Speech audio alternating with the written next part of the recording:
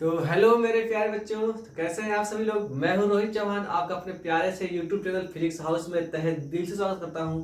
तो मेरे प्यारे बच्चों, आज हम बात करेंगे फोकस दूरी व वक्रता त्रिज्या में संबंध।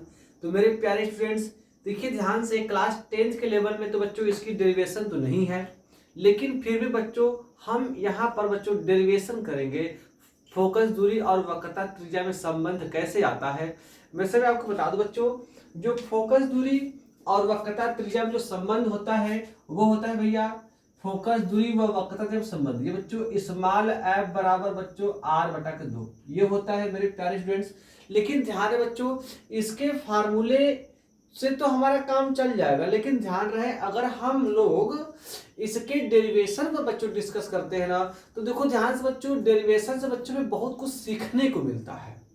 क्लास 10th में इसका डेरिवेशन नहीं है, लेकिन फिर भी हम इसका डेरिवेशन करेंगे हम, क्योंकि बच्चों डेरिवेशन से ऐसी चीजें हम लोग को सीखने को मिलती है भाई, ताकि देखिए हमारा कंसेप्ट क्लियर होता है। अगर मैं आपसे बात कहूँ, चलो मान लो आपके टॉपिक में नहीं है, लेकिन फिर भी अगर हमें आप अपना आधा घंटा समय दे देते हो, आधा घंटा समय देने पर आप बहुत अच्छी चीज सीख लेते हैं, तो क्या दिक्कत है यार। आधा घंटा ठहर जाओ फिजिक्स हाउस में, उसके बाद फिर मौज मस्ती करना अपना, आए कि नहीं भाषण में, ठीक है क्या। तो एक बार इस टॉपिक को स्टार्ट करने से पहले मैं एक बार फिर से आप लोगों का स्वागत करता हूं। तो हेलो मेरे प्यारे बच्चों, आप लोग का अपने प्यारे से यूट्यूब चैनल फिजिक्स हाउस में तहे दिल से स्वागत है। तो हम लोग बच्चे स्टार्ट करते हैं अपने टॉपिक पर, ठीक है। तो पूरी एनर्जी के साथ आ जाइए आप लोग एकदम। जो जो स्टूडेंट नहीं लाया है नोट्स और पेन, वो वीडियो को बंद करके चला जाए, क्योंकि उनका यहाँ पर कोई काम नहीं। बिना नोट्स वाले भैया, बिना नोट्स के पढ़ोगे आप कुछ नहीं होगा, अपना बिगाड़ोगे मेरा कुछ नहीं बिगड़ेगा। तो यहाँ पर बच्चों हम लोग लेते हैं एक अवतल दर्पण। अवतल दर्पण से हम लोग लेकर बच्चों लोग ये फार्मूले को लोग वही डेरिवेशन करेंगे। तो अवतल दर्पण में ये भैया होता है हम लोग का दर्पण का ध्रुव। दर्पण के ध्रुव से एक लाइन जाएगी, इसी लाइन पर बचेगा हम लोग का भैया एक सी, जिससे हम लोग कहेंगे दर्पण का वक्रता केंद्र, ठीक है। अब वक्रता केंद्र क्या होता है, दर्पण का ध्रुव क्या होता है, ये नहीं पता तो यहाँ पर आप अपना आप टाइम बर्बाद मत करिए। हम यहाँ से एक बच्चों किरण लेते हैं, इसको बच्चों हम लोग आपतित करते हैं इस अवतल दर्पण पर। इस किरण को बच्चों मैंने नाम दे दिया ए किरण। क्या किया गया, ए किरण। यह किरण ए बच्चों इस बिंदु पर आपतित होती है, जिस बिंदु का नाम है बच्चों बी पॉइंट। इस पर देखो भैया आपतन बिंदु कौन सा है, बी। इस बिंदु पर भी आपतन हुआ है। अच्छा, मैं आपसे बात कहूं कि बच्चों ये जो किरण है, यह भैया एक किरण आपतित हुई, यह किरण मुख्य अक्ष के समांतर है क्या। मुख्य अक्ष के समांतर आने वाली प्रकाश की किरणें परावर्तन के पश्चात बच्चों ये मुख्य अक्ष को काट कर चली जाती हैं। जहां पर काटती हैं उसे बच्चों हम लोग कहते हैं दर्पण का फोकस। क्या कहते हैं, दर्पण का फोकस। आई क्या बात समझ में, इसे भी हम कहते हैं दर्पण का फोकस ना बच्चों। ये एक किरण है, ये भैया किरण भैया हम लोग परावर्तित हुई, परावर्तित होने के बाद एक किरण भैया ऐसे को काटते हुए निकल गई, ठीक। तो इस किरण भैया ऐसे काट कर निकल गई, तो ये बिंदु हम लोग दर्पण का फोकस। तो मैं आपसे बात कहूं कि फोकस दूरी, अगर मैं आपसे बात कहूं बच्चों कि फोकस दूरी स्मॉल एफ ना भैया, फोकस दूरी बच्चों क्या, दर्पण के ध्रुव से फोकस बिंदु की बीच की दूरी बच्चों फोकस दूरी कहलाती है ना जी। दर्पण के ध्रुव से फोकस बिंदु की दूरी को फोकस दूरी कहते हैं। अच्छा, वक्रता त्रिज्या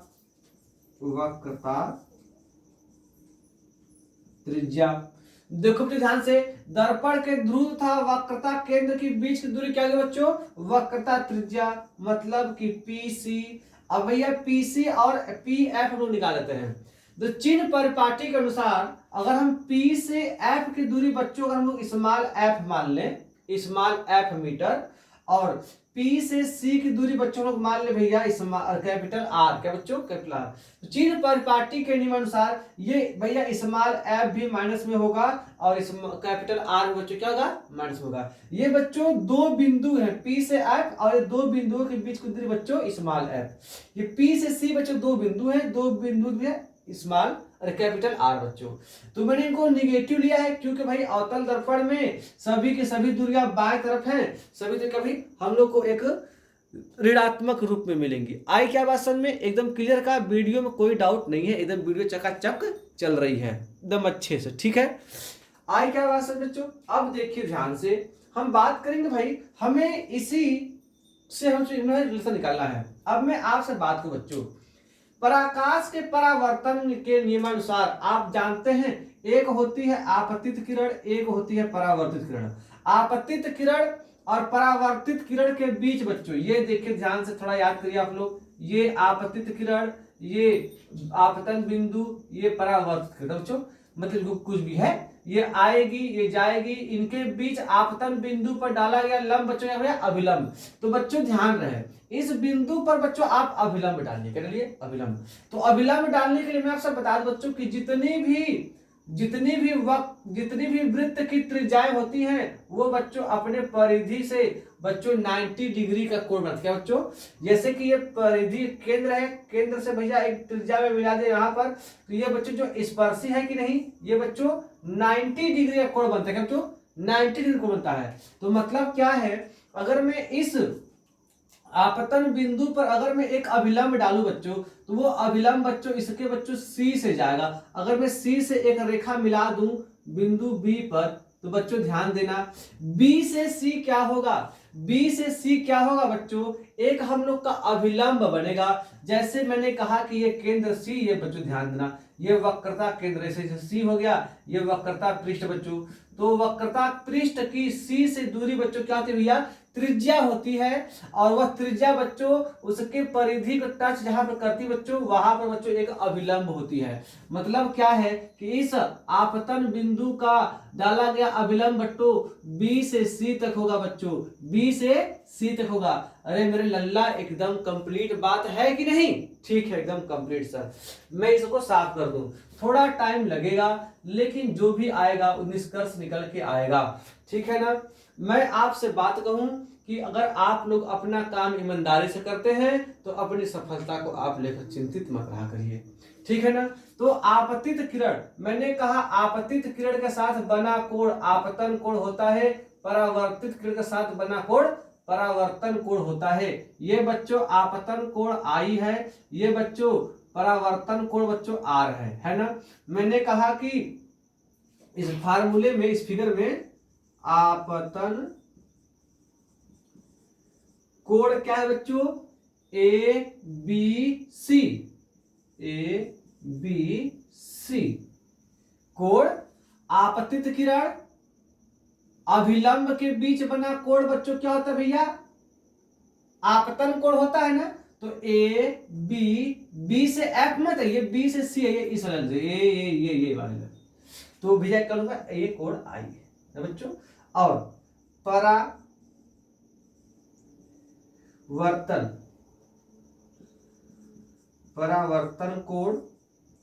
कोण परावर्तन कोण क्या बच्चों? परावर्तित किरण, मतलब मैं आपसे कहूं कि FBC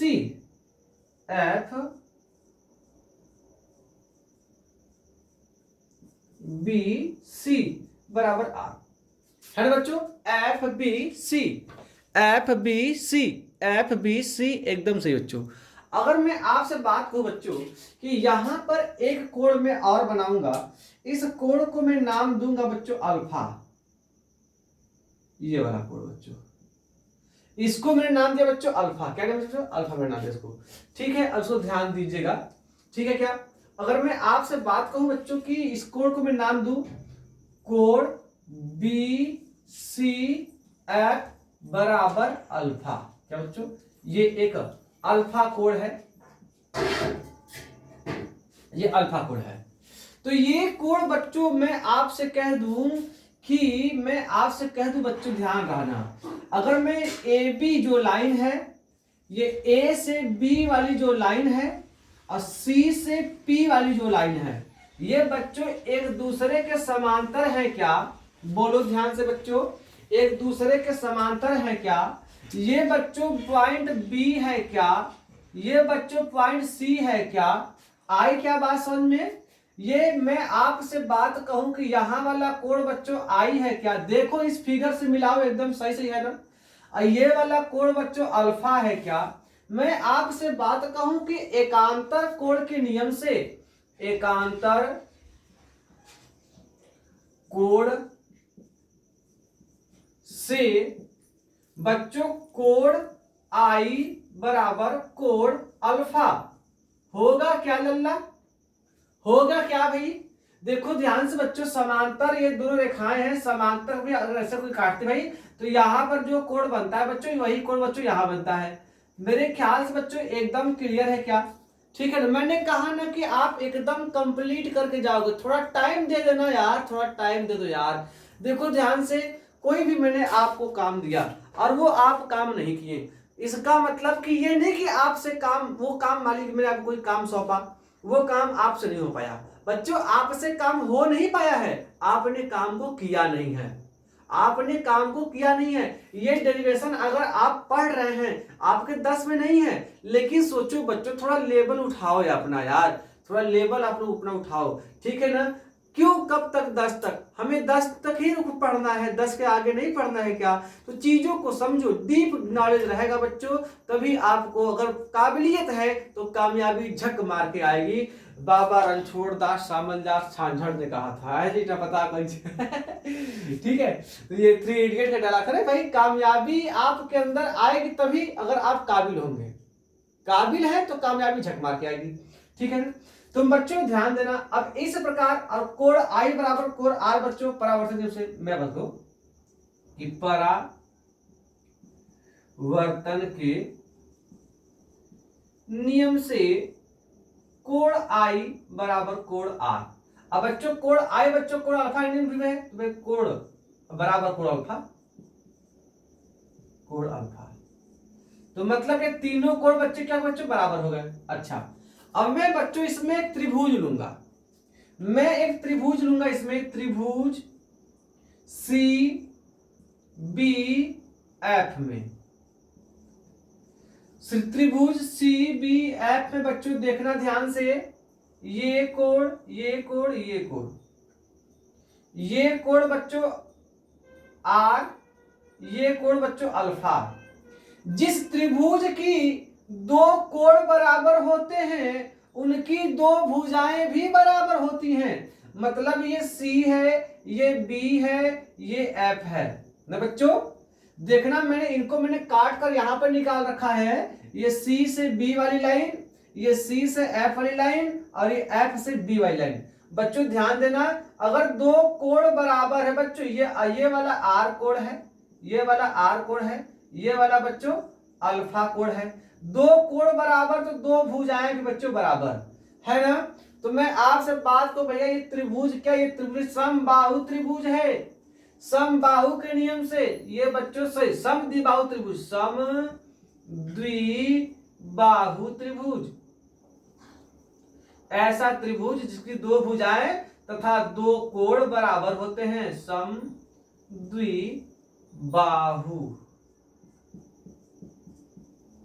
त्रिभुज है ये। तो मैं आपसे बात करूं बच्चों, कोण आई कोण अल्फा भैया, कोण अल्फा सॉरी कोण अल्फा बराबर कोण आर, ये कोण बराबर ये कोण बराबर ये कोण है, तो मैं कह दूंगा अतः एफ से सी बच्चों, एफ सी बराबर एफ बी, एफ सी बराबर एफ बी। कुछ कटा तो नहीं है, एकदम नहीं कटा है ना बच्चों। एफ सी देखो भैया ध्यान से, यहां से ये वाली भुजा एफ सी, यहां से ये वाली भुजा बच्चों एफ बी बच्चों बराबर है ना।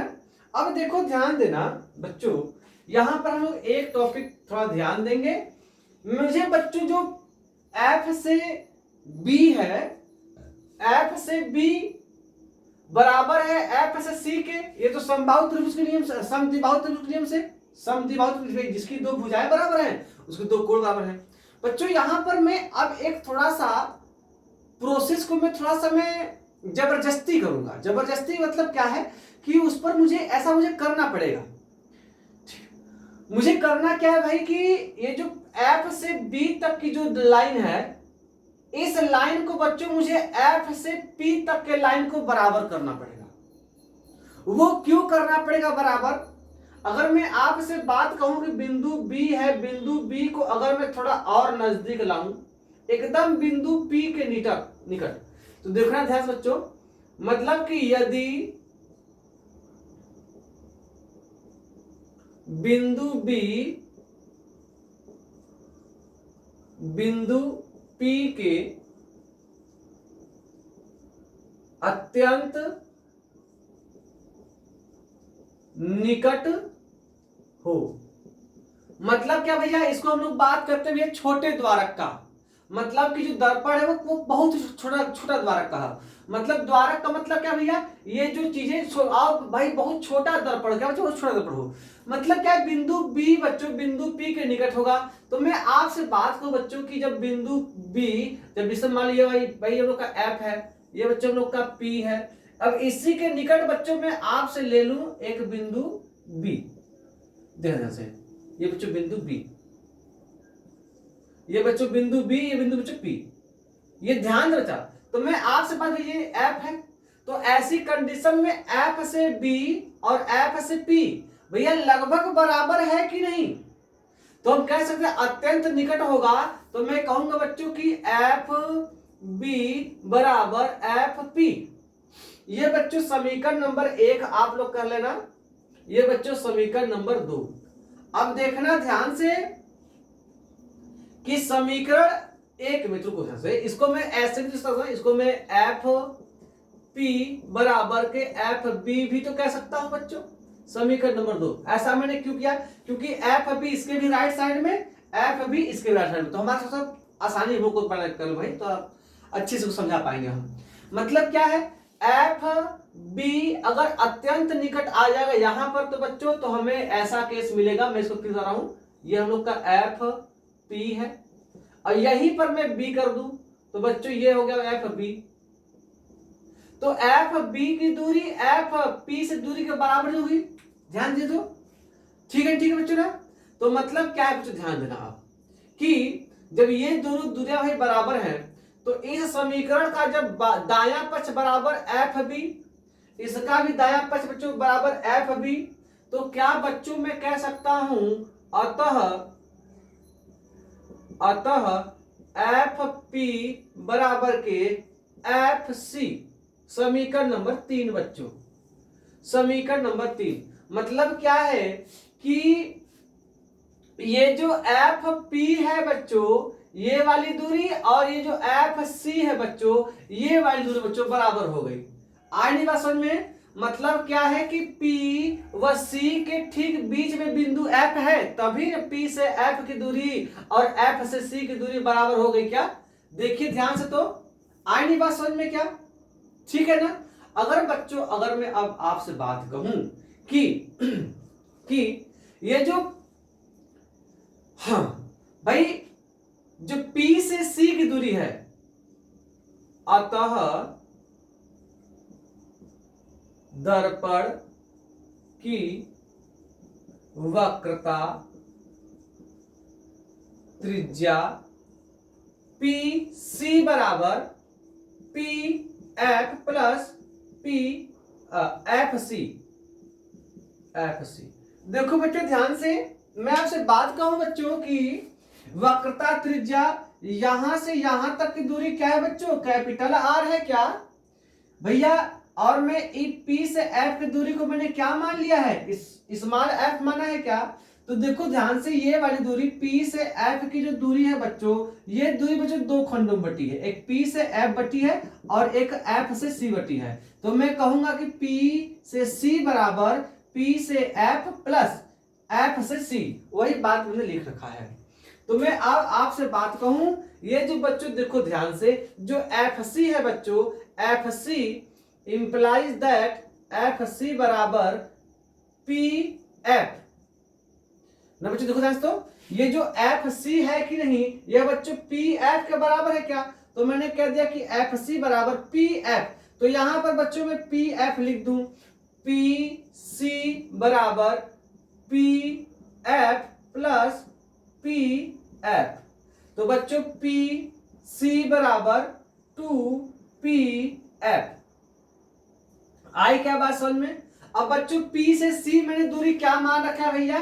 माइनस के R मान रखा है, तो माइनस के R बराबर PF बच्चों मैंने स्मॉल f रखा है, तो माइनस के 2 स्मॉल f, माइनस से माइनस कट जाएगा, R बराबर 2f बन जाएगा बच्चों।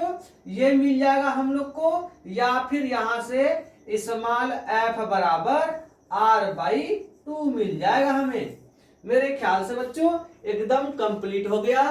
तो इस यहां तक आप लोग आ गए हैं बच्चों, तो चैनल को जरूर सब्सक्राइब कर लेना यार, अगर डेरिवेशन आपको समझ में आया है तो। देखो बच्चा, आप 10 में पढ़ रहे हो, इसका मतलब ये नहीं कि आप छोटे हो, अब आपको आगे चलना है, बहुत बहुत पहाड़ हैं, बहुत बहुत बड़े डेरिवेशन है। तो मतलब क्या है, डेरिवेशन की आदत में आपको अभी से डाल रहा हूं।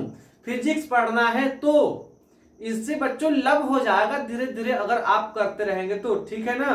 धीरे धीरे चीजें अच्छी रहेगी। अचानक से आपको डेरिवेशन का पहाड़ गिर जाएगा तो बच्चा घबरा जाएगा, सही डेरिवेशन फिजिक्स में है, हमें तो नहीं आता नहीं है।